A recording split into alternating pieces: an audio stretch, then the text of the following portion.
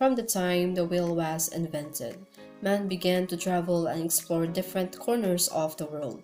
In modern times, with the invention of the first flying machine and marine vessel, tourism started to grow at a fast pace. Transportation as a business carries with it not only high returns but great responsibility, for many lives are at stake in this risky sector of tourism.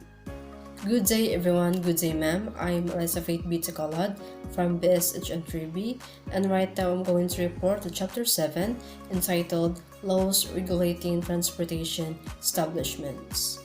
We have here the learning objectives. First is to identify the laws affecting the transportation sector, identify the rights of passengers of commercial transportation, explain the relevance of these laws to the promotion of tourism in the country. This chapter will deal with the different laws affecting the transportation sector, as they are integral in the study of tourism. The Philippines has become one of the promising tourist destinations due to the extraordinary hospitality of the Filipinos and the diversity of tourist attractions in the country. However, one challenging aspect of promoting inbound tourism in the Philippines is the security and safety issue. On the hand, some of the best transportation and travel professionals are Filipinos, seafarers, pilots, drivers, flight attendants, cruise cabin crew, aircraft mechanics, and etc. On the other hand, some of the worst recorded transportation disaster and accidents are in the Philippines. The transportation sector is therefore greatly affected by this concern. Law on Common Carriers. The primary law that governs common carriers is the Civil Code of the Philippines, as clearly implied from Article 1766. Therefore, which states that in all matters not regulated by this code, the rights and obligations of common carriers shall be governed by the Code of Commerce and special laws. The law. Article 1732. Common carriers are persons, corporations, firms, or associations engaged in the business of carrying or transporting passengers or goods or both by land, water, or air for compensation, offering their services to the public. We have here the discussion of the law. A common carrier is defined as one holding itself out to the public as engaged in the transportation of freight or passenger for hire. It is one who is in the business of transporting goods or persons for hire as a public utility. A private carrier, in contrast, is not in the business of transporting public employment but hires out to deliver goods, not passengers. In particular cases, both the Civil Code and the Code of Commerce give clear-cut divisions between contracts of carriage of cargo and contracts of carriage of passengers, because the rights and defense in each kind of contracts are different from the other. We have here the nature of contract of carriage. A contract to transfer passengers is quite different in kind and degree from any other contractual relation, and this is because of the relation which an air carrier sustains with the public. It invites people to avail the comforts and advantages it offers. The contract of carriage, therefore, generates a relation attended with the public duty. Neglect or malfeasance of the carrier's employees naturally could give you ground for an action for damages. We have here the responsibility of common carriers. The law.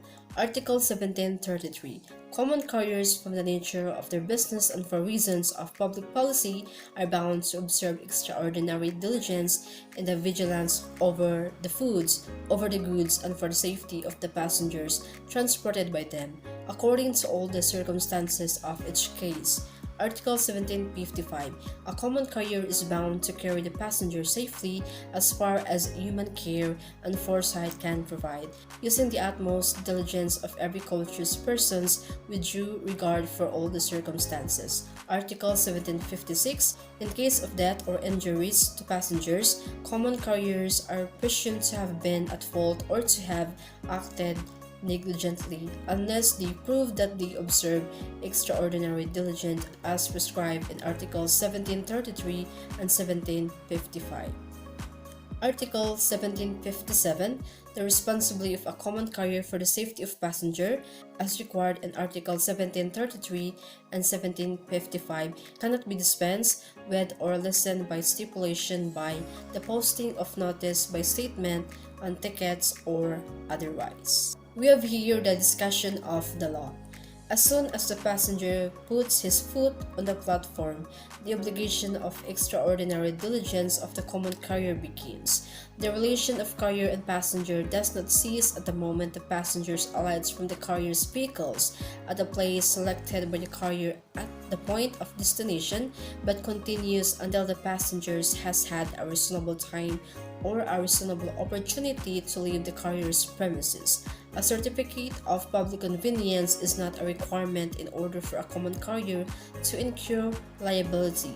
Such liability arises from the moment a person or firm acts as a common carrier without regard to whether or not such carrier has been granted a certificate of public convenience or has complied with the requirements of the applicable implementing regulations. The term extraordinary diligence has been defined as the standard of care required of common carrier in bringing safely its passenger and goods from one place to another.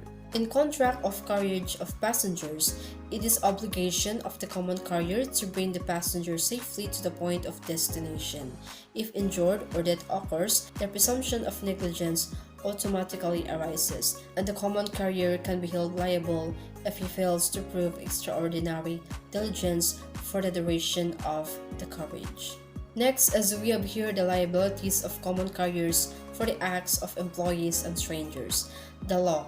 Article 1759, common carriers are liable for the death or injuries to passengers through the negligence or willful acts of the former employees, although such employees may have acted beyond the scope of their authority or in violation of the orders of the common carriers. This liability of the common carriers does not cease upon proof that they exercise the diligence of a good father of a family in the selection and supervision of their employees.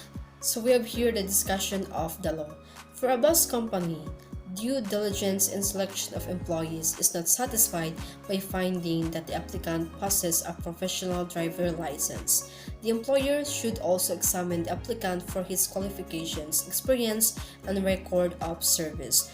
Due diligence in supervision, on the other hand, requires the formulation of rules and regulations for the guidance of employees and issuance of proper instructions, as well as the actual implementation and monitoring of consistent compliance with the rules. For a shipping company, the vessel must be considered seaworthy, adequately equipped for the voyage, and manned with a sufficient number of competent officers and crew. We have here the enforcement of liability of common carriers. The liability of common carriers can be enforced in the following causes of action.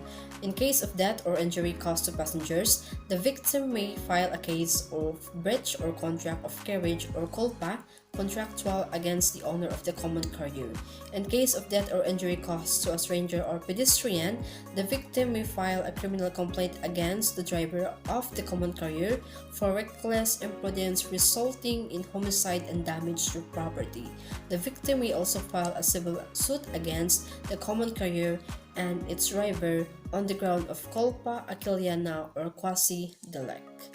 We also have the damages recoverable from common carriers. In an action based on culpa contractual or culpa aciliana, the damages that are recoverable are as follows: actual damages, compensatory damages, moral damages, exemplary damages, debt indemnity, and attorney's fees. Nominal damages may be awarded in case moral or exemplary damages may not be awarded. Actual damages exist in expenses for medicine, hospitalization, and etc. Unrealized profits are recoverable as compensatory damages, which shall be fixed by determining the net yearly income of the injured or deceased passenger and multiplying the same by the number of years that he was expected to live or lead a gainful existence as determined by mortality tables of life insurance companies of the Philippines. Moral damages may be awarded when the mishap resulted in the death of the passenger, or when the hearers of the deceased suffered mental anguish, or when the carrier was guilty of fraud or bad faith, even if death did not result. The big amount of damages will be awarded in the view of the importance of the person of the passenger. Exemplary damages or corrective damages are awarded by way of example or correction of the public good, or when the common carrier acted in a wanton, reckless, and oppressive manner, while the immediate beneficiaries of the standard of extraordinary diligence are, of course, the passengers and owners of cargo carried by a common carrier. They are not the only persons that the law seeks to benefit. Article 2231 of the Civil Code explicitly authorizes the imposition of exemplary damages in cases of quasi delicts if the defendant acted with gross negligence. Award for death indemnity is in accordance with current rulings of the court. Award for attorney's fees may be covered when exemplary damages are awarded. Under Article 2008 of the Civil Code, attorney's fees may be recovered when exemplary damages are awarded.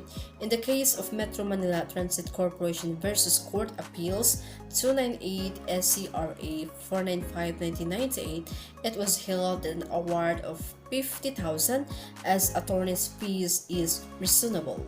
In order to assure safety of passengers and crew members of aircrafts or vessels, it is necessary to obtain a shipping permit from the Bureau of Quarantine before an animal may be allowed to be transported on board.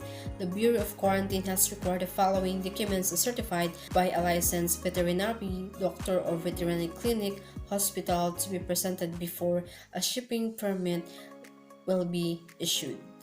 As mandated by law, no public service shall operate without having been issued a certificate of public convenience, which is considered a privilege and not a property right. A certificate of public convenience is an authorization granted for the proper government agency for the operation of public service for which a franchise is required by law for public use as required by law. The requisites before a certificate of public convenience may be granted are: the applicant must be a citizen of Philippines or a corporation or co-partnership association or joint stock company constituted and organized under the laws of the Philippines. At least 60% of its stock or paid up capital must belong entirely to citizens of the Philippines. The applicants must be financially capable of undertaking the proposed service and meeting the responsibilities incident to its operation. The applicants must prove that the operation of the public service proposed and the authorization to do business will promote the public interest in a proper and suitable manner. So the following are the government agencies which have the authority to grant a certificate of public convenience. So we have here the Civil Aeronautics Board or the CAB, Republic Act 776 for air transportation, Land Transportation Franchising and Regulatory Board LTFRB, Executive Order 202 for land transportation, and Marine Industry Authority or Marina Presidential Decree 474 for water transportation. Moving forward, we have here the traffic laws. Republic Act number 4136, which is enacted on June 20, 1964, is a compilation of laws relative to traffic rules and regulations. Some of the highlights of the law are as follows. Rules on registration of motor vehicles. No motor vehicle shall be used or operated on or upon any public highway of the Philippines unless the same is properly registered at the LTO. Tourists bringing their own motor vehicles to the Philippines may, without registering such motor vehicles, use the same during but not after 90 days of their sojourn, provided that the motor vehicle displays the number plates for the current year of some other country or state and said number plates, as well as the name and address, permanent and temporary, of the owner thereof, are registered in the Land Transportation Commission prior to the operation of the motor vehicle. For public utility automobiles, application for registration shall be accompanied by a certificate of public convenience, and motor vehicles registered shall be subject to the public service law, rules, and regulations. The use of public highways is subject to regulation as an exercise of the police power of the state. The police power is fast-reaching in scope and is the most essential, insistent, and illimitable of all government powers. The tendency is to extend rather than to restrict the use of police power. The sole standard in measuring its exercise is reasonableness. What is reasonable? It's not subject to exact definition or scientific formulation. Not all embracing tests of reasonableness exist, for its determination rests upon human judgment applied to the facts and circumstances of each particular case. And that's the end of my report. Thank you and have a good day.